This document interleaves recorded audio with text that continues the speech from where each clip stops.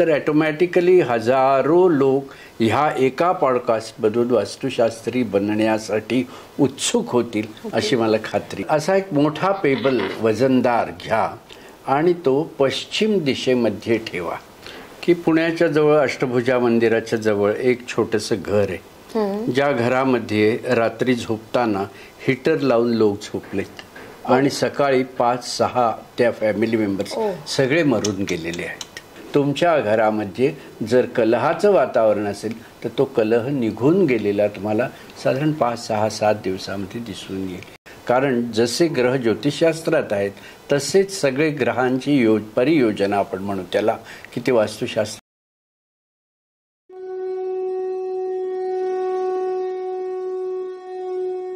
नमस्कार. आजचं पॉडकास्टिंग खूपच इंटरेस्टिंग होणार आहे, कारण हे तुमच्या डिमांडवर योजलेलं पॉडकास्टिंग आहे.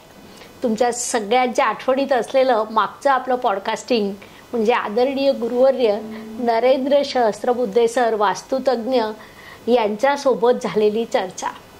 छोट्याशा चर्चेतून वास्तुशास्त्रातली सखोलता त्यांनी आपल्याला उलगडून सांगितली. तुम्हाला ती सगळ्यांना आवडली. हजारोने कमेंट्स आल्या आणि त्याच दिवशी सरांनी आपल्याला सांगितलं होतं की जर एवढ्या कमेंट आल्या, 1000 कमेंट आल्या तर आपण पुन्हा भेटूया. पण गंमत अशी झाली की 8च दिवसात 1000 कमेंट झाल्या. त्या मानाने आपण पुन्हा पॉडकास्टिंग करायला आम्हाला थोडा टेक्निकली उशीर होतोय, परंतु मान्य केलेलं होतं आणि म्हणून सरांनी आज त्यांच्या अत्यंत व्यस्त शेड्यूलमधून वेळ काढून या ठिकाणी आलेत आणि आज आपण पुन्हा एकदा गप्पा गोष्टी करणार आहोत. सर, तुमच्या ॲस्ट्रोगुरू डॉक्टर ज्योती जोशी या चॅनलवर मनपूर्वक स्वागत. जय गुरुदेव. जय गुरुदेव. आजच्या चर्चेची सुरुवात नेहमीप्रमाणे गुरुस्मरणाने आपण करू. चालेल. साईनाथम च तत्शिष्यम श्री उपासनी सद्गुरुम देवीं गोदावरीं चैव वंदे गुरुपरंपराम.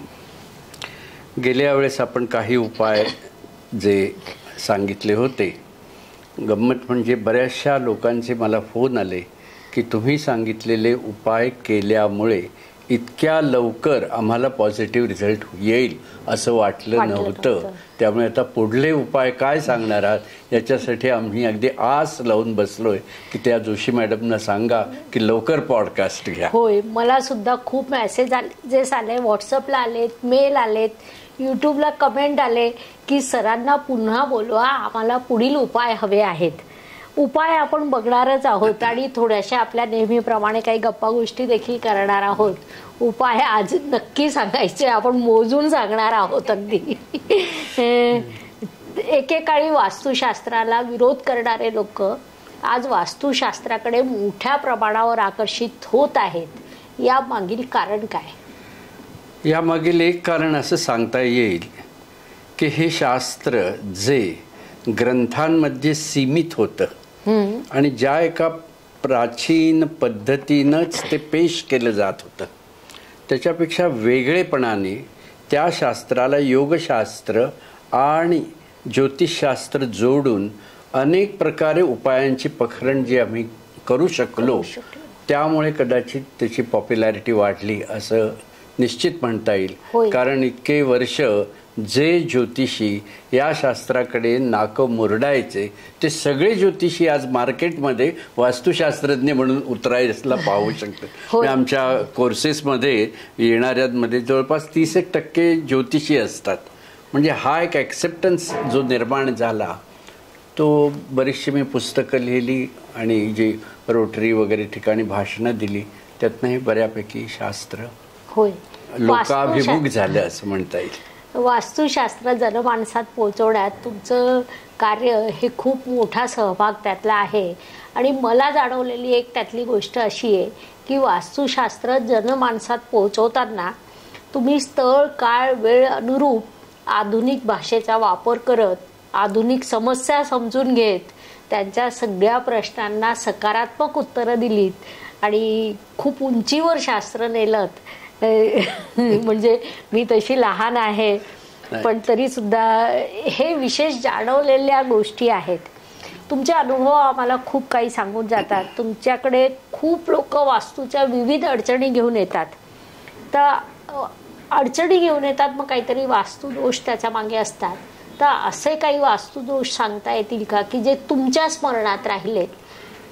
कसं आहे की साधी एक आपण एक्झाम्पल्स घेऊयात त्याच्यामध्ये, की पुण्याच्या जवळ अष्टभुजा मंदिराच्या जवळ एक छोटंसं घर आहे, ज्या घरामध्ये रात्री झोपताना हीटर लावून लोक झोपलेत आणि सकाळी 5-6 त्या फॅमिली मेंबर्स सगळे मरून गेलेले आहेत. हे किती विचित्र घटना आहे. पारंपरिक शास्त्रात आम्ही ज्याला म्हणतो की घटना घटाकाश, की जिथे घटाकाशाचा लोप होतो तिथे अशा प्रकारची विचित्र घटना लोकांना अनुभवायस येते. म्हणजे अशा जागी जेव्हा तुम्ही जाऊन अभ्यास करता तेव्हा तुम्हाला खऱ्या अर्थाने शास्त्राची डेप्थ, शास्त्राची खोली समजू शकते. म्हणजे या दृष्टीने दोष आणि त्या दोषापासून निर्माण होणारी दैन्यता या दोन गोष्टींचा संदर्भ तुम्हाला ज्योतिषशास्त्राच्या ग्रहांच्या माध्यमातून फार उत्तम प्रकारे सांगता येऊ शकतो. कारण जसे ग्रह ज्योतिषशास्त्रात आहेत तसेच सगळे ग्रहांची परियोजना आपण म्हणू त्याला, की ते वास्तुशास्त्रामध्ये सुद्धा आहे.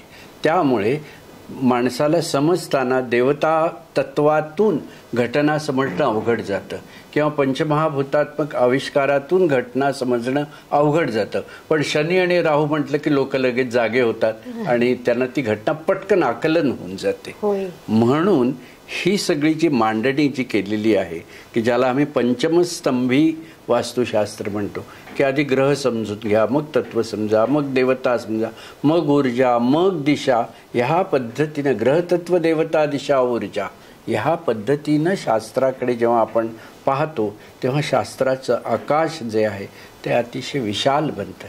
आणि मग तुम्ही परफेक्ट त्या आकाश तत्वाची, त्या भूमितत्वाची ताकद जी आहे ती वापरून शास्त्रामध्ये उपायशास्त्राची पखरण करू शकता. होय, आता तुम्ही बोललात उपायशास्त्र. मागच्या वेळी आपण आपल्या प्रेक्षकांना सांगितलं होतं आम्ही 10 उपाय सांगू आणि मला वाटतं आपल्या गप्पांमध्ये 2च उपाय सांगितले गेले. नाही, 2 उपाय जास्त सांगितले. एक तर दक्षिण दिशेला येलो फिल्म लावावी सांगितलं होतं, पश्चिम दिशेला ब्लू फिल्म निळ्या रंगाची फिल्म लावावी हे सांगितलं होतं. त्याच्यानंतर पेबल्सचा उपाय सांगितला होता, तो आग्नेय, दक्षिण, नैऋत्य, पश्चिम 4 दिशांसाठी सांगितला होता. म्हणजे 6 आपण उपाय सांगितले. होय, 6 सांगितले. 2 नाही सांगितले तर 6 उपाय आपण सांगितले. आज अजून 11 सांगूया.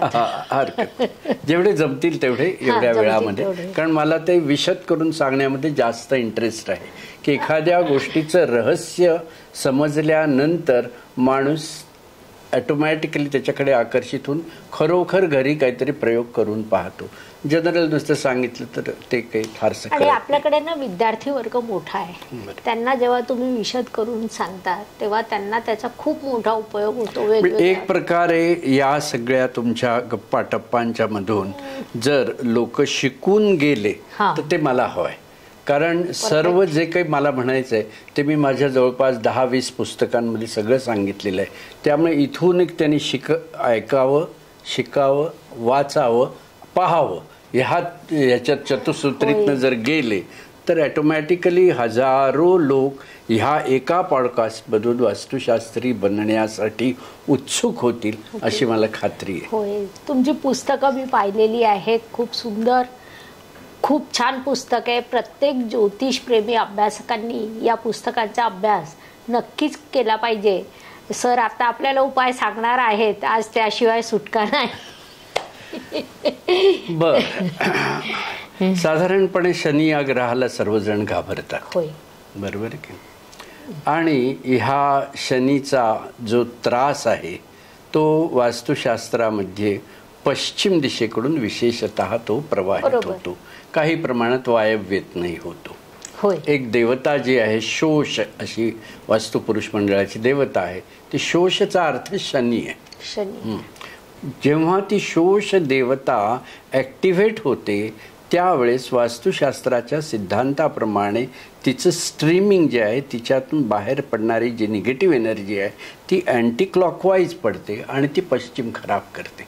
अशा प्रकारे त्याचा तो संदर्भ आहे.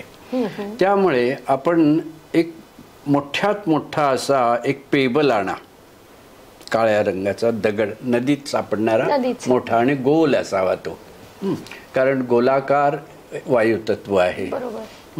त्याच्यानंतर नदीतला जो दगड असतो तो प्रबल पृथ्वी तत्व असं त्याला म्हणतात. त्याच्यानंतर तो गोलाकार असल्यामुळे त्याच्यात वायुतत्वाचा संस्कार आहे. त्याच्यावरती अखंडपणे पाणी घासलं गेल्यामुळे त्या घर्षण शक्तीतनं त्याच्यावरती अग्नीचाही संस्कार झालेला असतो. अखंड पाण्यात राहण्यामुळे त्याच्यात जलाचाही संस्कार आहे. त्यामुळे 5 महाभूतांचा संस्कार झालेली कुठलीही वस्तू जी असते ती वस्तू न राहता तिचं रूपांतरण चिद्वस्तूमध्ये होतं. आणि म्हणून एक मोठा जर पेबल तुम्ही आणलात आणि असा काळ्या रंगाचा मोठा पेबल, खरं तर मी इथे आणून ठेवायला पाहिजे होतं, यांना दाखवता आलं असतं पुढल्या वेळी. खूप लोकांनी हा प्रश्न विचारला की पेबल म्हणजे नेमकं काय, तर ते फोटो द्या, मी अपलोड करते. करेक्ट. तर असा एक मोठा पेबल वजनदार घ्या आणि तो पश्चिम दिशेमध्ये ठेवा. तो ठेवायच्या अगोदर त्याच्यावरती साधारण 5 दिवस 7 दिवस रोज 100 ग्रॅम तरी तिळाचं तेल होता. म्हणजे तो एक तेलाचा संस्कार त्याच्यावरती झाल्यानंतर तो खऱ्या अर्थाने एक प्रकारे शनी सिद्ध झाला असं आपण म्हणू.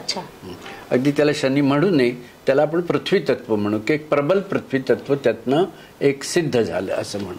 मग ते प्रबल पृथ्वी तत्व जे आहे ते तुम्ही पश्चिम दिशेमध्ये ठेवा. त्याच्याभोवती एक 4 कुंड्यांमध्ये छान झाडं लावा आणि तुम्हाला दिसून येईल की या कृतीमुळे संपूर्ण पश्चिमेच्या निगेटिव्हिटीचा, सिंकिंग स्ट्रीमचा, अस्तप्रवाहांचा त्यामध्ये विसर्जन झाल्यामुळे तुमच्या घरामध्ये जर कलहाचं वातावरण असेल तर तो कलह निघून गेलेला तुम्हाला साधारण 5, 6, 7 दिवसामध्ये दिसून येईल. इतका हा अतिशय सुंदर आणि प्रॅक्टिकल आणि गरीबातल्या गरीब माणसाला सुद्धा करता येईल असा हा उपाय आहे. आम्ही पुण्यामध्ये 2 झोपड्यांमधल्या अशा झोपडपट्टींमध्ये आम्ही असे 5-5 घरं निवडली होती. आणि त्या 5-5 घरामध्ये असा एक धोंडा आम्हीच दिला तेल बिल ओतून आणि म्हटलं इथे तुम्ही पुरून टाका.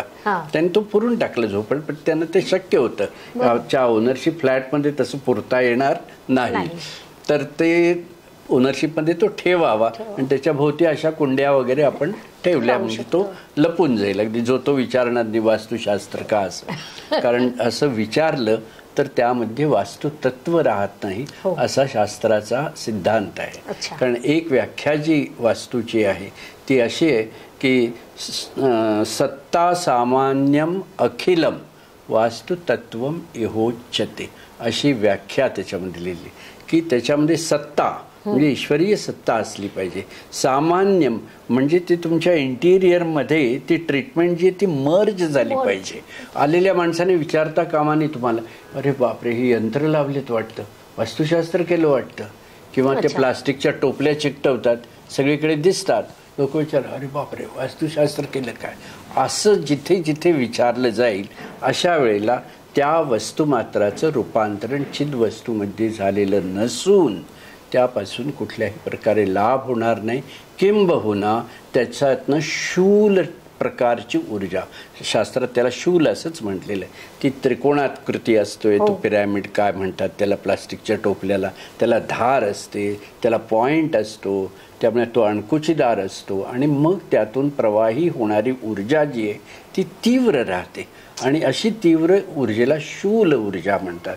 आणि विशेष करून या प्रकारच्या ऊर्जेमुळे व्यक्तीमध्ये अनेक प्रकारचे मानसिक तणाव निर्माण होऊ शकतात.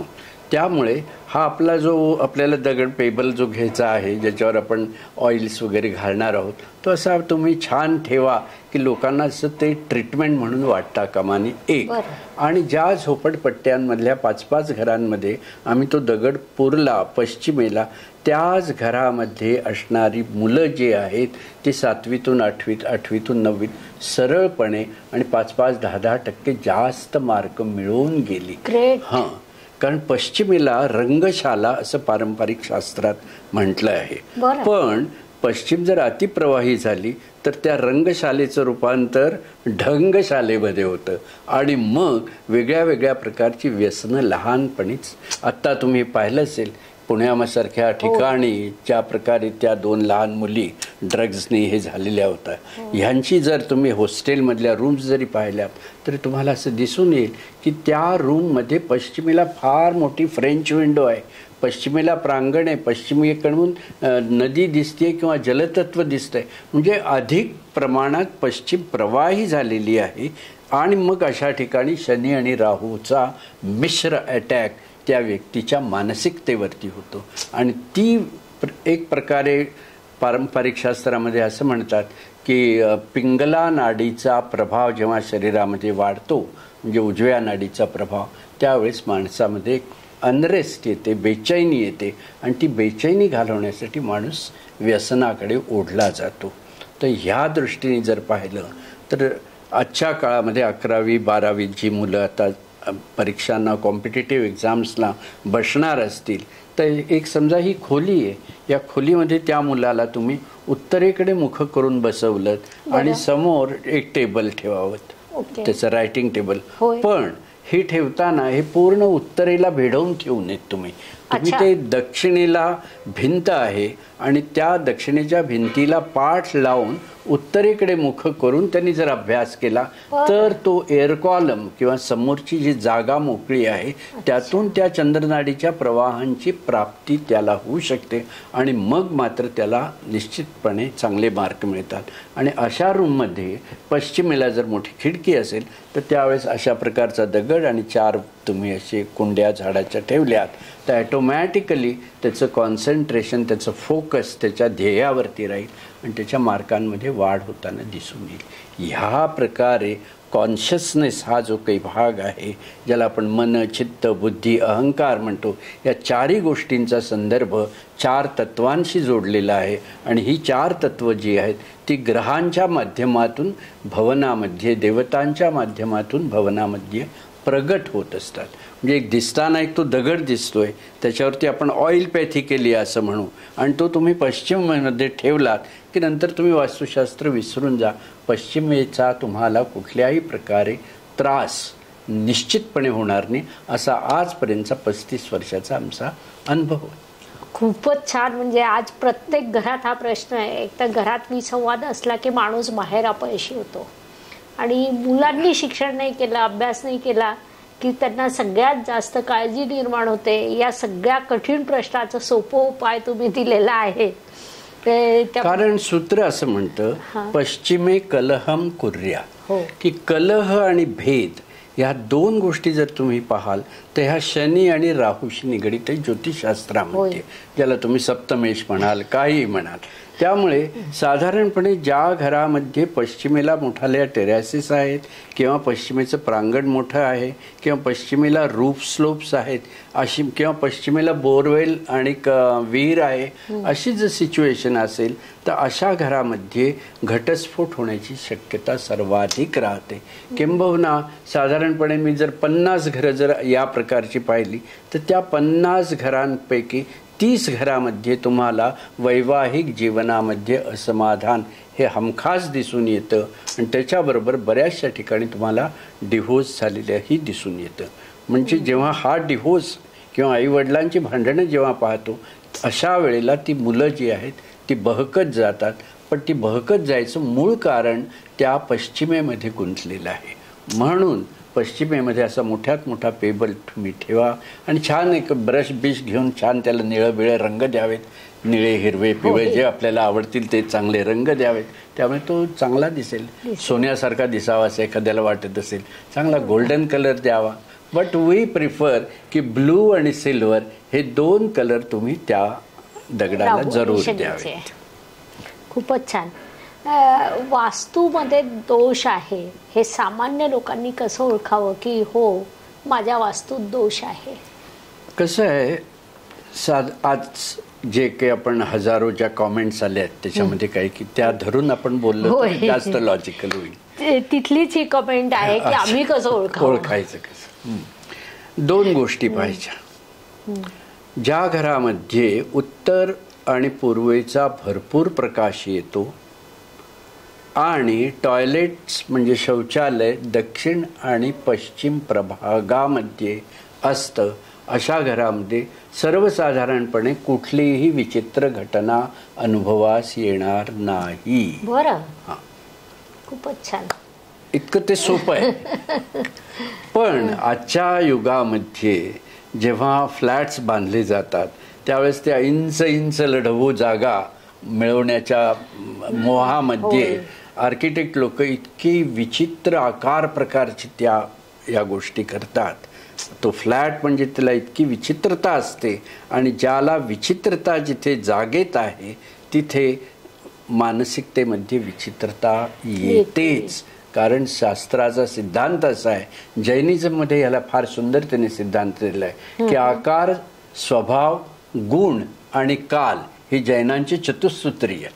की जर आकार विचित्र असेल तर त्यामध्ये गुण आणि स्वभाव या दोन्ही गोष्टींमध्ये विपरीतता दिसेल आणि मग येणारा जो काळ असतो तो सर्पासमान विषमय राहील. आणि या उलट तो आकार जो सेक्रेट जॉमेट्री असं ज्याला फेंगशुईमध्ये म्हणतात, त्या सेक्रेट जॉमेट्रीशी जोडलेला जर तो आकार प्रकार असेल तर येणारा काळ जो आहे तो एखाद्या शेषासमान आधार स्वरूप म्हणून प्रकट होतो जीवनामध्ये. हे आकाराचं असाधारण महत्त्व आहे जे वास्तुशास्त्राचा खरं तर बेस आहे.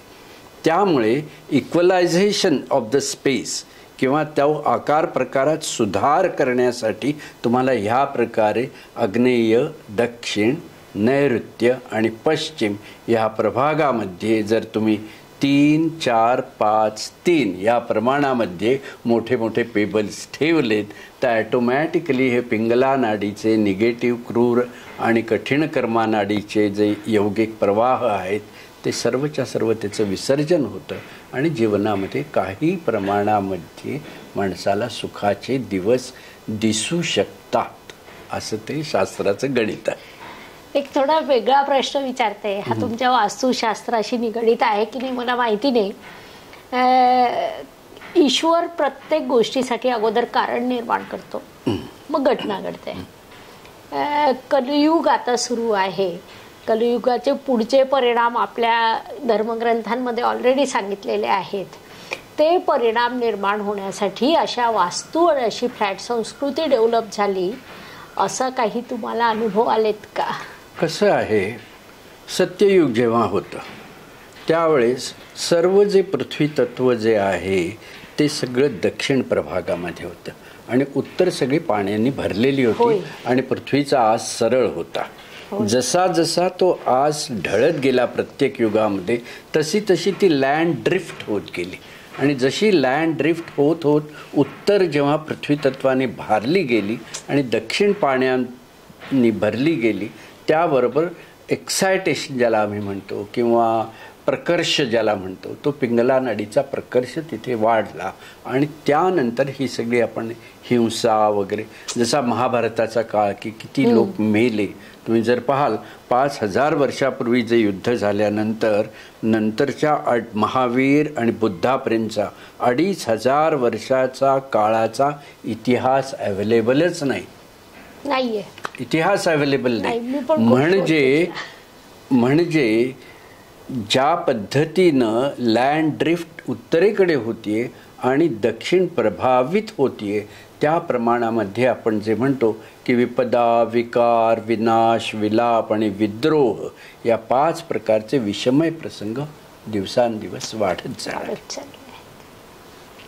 शापित वास्तू ही काय कन्सेप्ट आहे? असं आहे की वायव्य प्रभाग जो आहे त्या वायव्य प्रभागामधल्या देवता खूप निगेटिव्ह आहेत की पाप राक्षसी आहे, शोष आहे, रोग आहे, नाग आहे, पापयक्ष्मा आहे, त्याला जोडून पश्चिमेचा असुर आहे. हे सगळे देवता शकट ज्या पद्धतीनं वायव्य म्हणून बाधा जी आहे ती वायव्येकडनं घरामध्ये येते.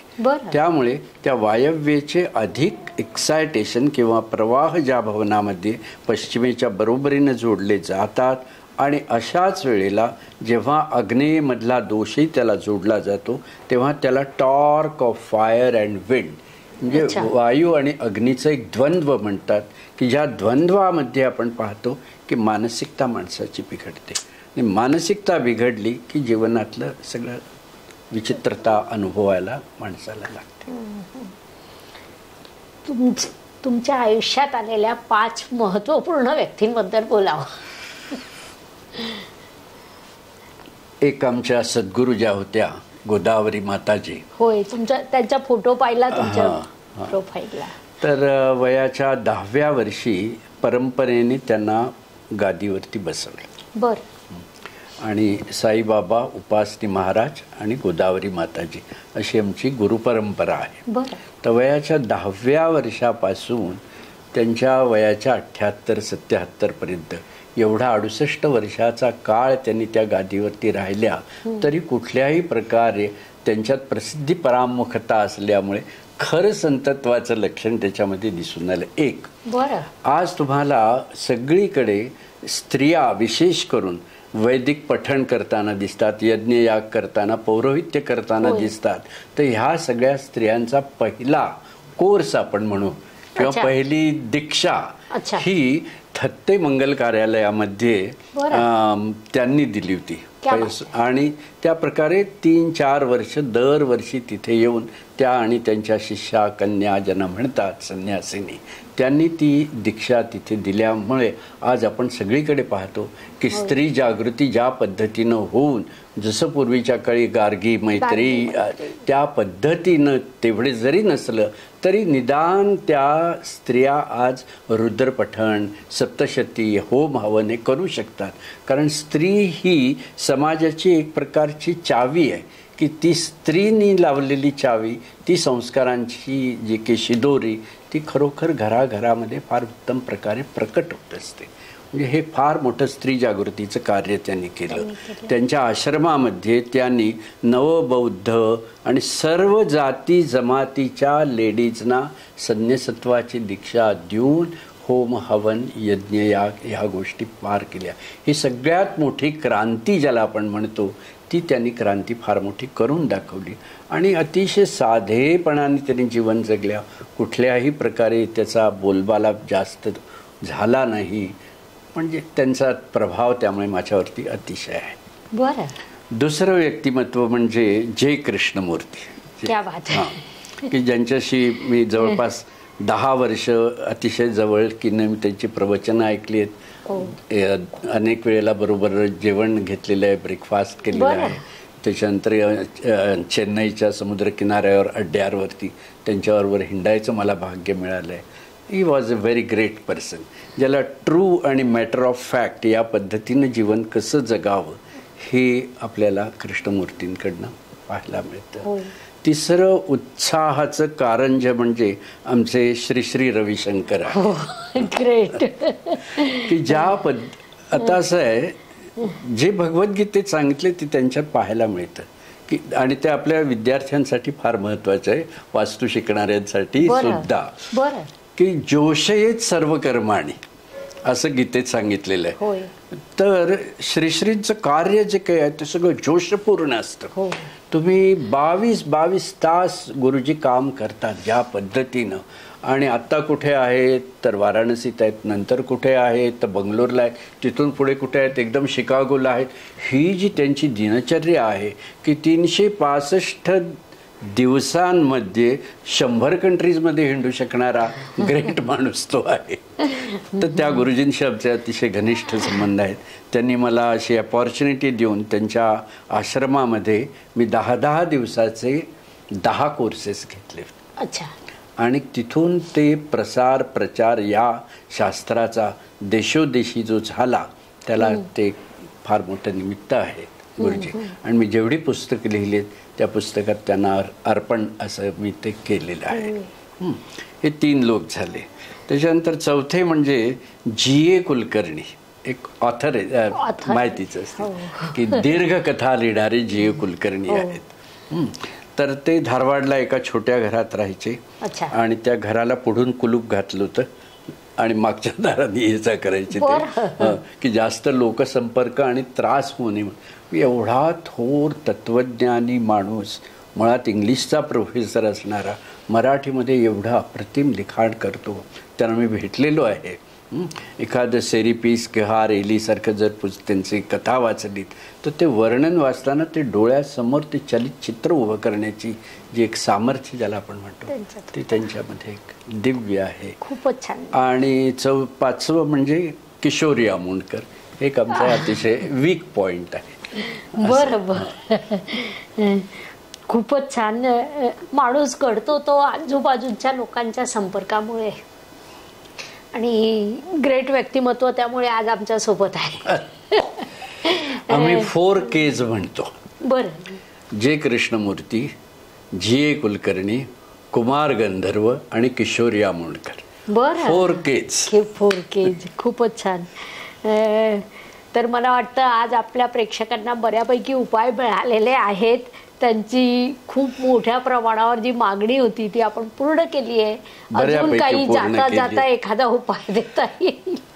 असं करावं, जर तुम्ही नवीन टाईल्स फरशी घालणार असाल तर आग्नेय दक्षिण नैऋत्य या प्रभागामधली फरशी जी आहे ती तुम्ही एक 4 इंच उचलून घ्या. बरं. आणि ती उचलताना छोटे छोटे पेबल्स घालून त्याच्या वजनाने म्हणजे प्रबल पवित्र पृथ्वी तत्व तुम्ही तिथे आरूढ करता आणि मग त्याच्यावरती जैसलमेरी येलो अशी पिवळी फरशी वगैरे घातलीत तर ह्यामुळे मात्र तुम्हाला जीवनाचा स्तर फॅन्टास्टिक बदललेला दिसून येईल. फार मोठा उपाय आहे. खूपच छान. आणि वायव्य उत्तर ईशान्य या प्रभागामध्ये व्हाईट मार्बल 2च रंगांमध्ये तुम्ही खेळा की आग्नेय दक्षिण नैऋत्यमध्ये पिवळी फरशी 4 इंच उचलून फ्लॅटमध्ये सुद्धा करता येऊ शकतं. आणि वायव्य उत्तर ईशान्य या प्रभागामध्ये व्हाईट मार्बल घाला. बस तुम्हाला जीवनाचा स्तर हुकमी बदलताना दिसून येईल. खूपच सोपा चांगला उपाय सरांनी सांगितला. सर आपण आणि आर्किटेक्चरलाही तो योजक आहे. आपल्या वेगळ्या लेव्हल बदललेल्या असल्या तर म्हणजे याच्यात कुणालाही काही त्रास नाही आणि त्याचा होणारा उपयोग हा खूप मोठा आहे. सर आपण या ठिकाणी आलात त्याबद्दल मनपूर्वक धन्यवाद. आमच्या प्रेक्षकांना मी सांगेल की सहस्त्रबुद्धे सरांचा मोबाईल नंबर मी आपल्या डिस्क्रिप्शन बॉक्समध्ये देणार आहे. तिथून त्यांना कॉन्टॅक्ट करावा. कृपया मला मेसेज किंवा फोन करू नका. किंवा सर सांगतील तर सरांच्या ॲसिस्टंटचा आपण नंबर देऊयात. कारण कसं होतं ना की आम्ही नाही म्हणजे मोबाईल घेऊ नये असं नाही, परंतु आम्ही मोबाईल खरंच घेऊ शकत नाही. तर सरांच्या ॲसिस्टंटचा मी तुम्हाला नंबर देते, ते तुम्हाला गाईड करतील. कृपा करून माझ्या कोणत्याही नंबरवर मेसेजेस करू नका. आणि तुमची इच्छा असेल सरांनी पुन्हा यावं तर पुन्हा भरपूर मेसेजेस टाका. तुमचे 1000 मेसेजेस झाले की यावेळी आम्ही उशीर करणार नाही, पुन्हा भेटू. सर मी कमिट केलं तुमच्यातर्फे. जरूर जरूर भेटू. जरूर. धन्यवाद. शुभम भवतु. जय ज्योतिष. नमस्कार. शास्त्राचा अभ्यास करण्यासाठी माझी मराठीतून 11, हिंदीतून 2 अशी पुस्तकं प्रकाशित झाली आहे. विशेष बाब म्हणजे मी स्वतः संशोधित केलेली ज्योती जोशी पद्धती अर्थात जे पद्धती या विषयावर स्वतंत्र ग्रंथ उपलब्ध आहे, त्याचा देखील लाभ घ्यावा. यूट्यूबची कार्यप्रणाली ही मुख्यतः लाईक, शेअर आणि सबस्क्राईबवर चालते. Please like, share and subscribe the channel. धन्यवाद. शुभम भवतु. जय ज्योतिष.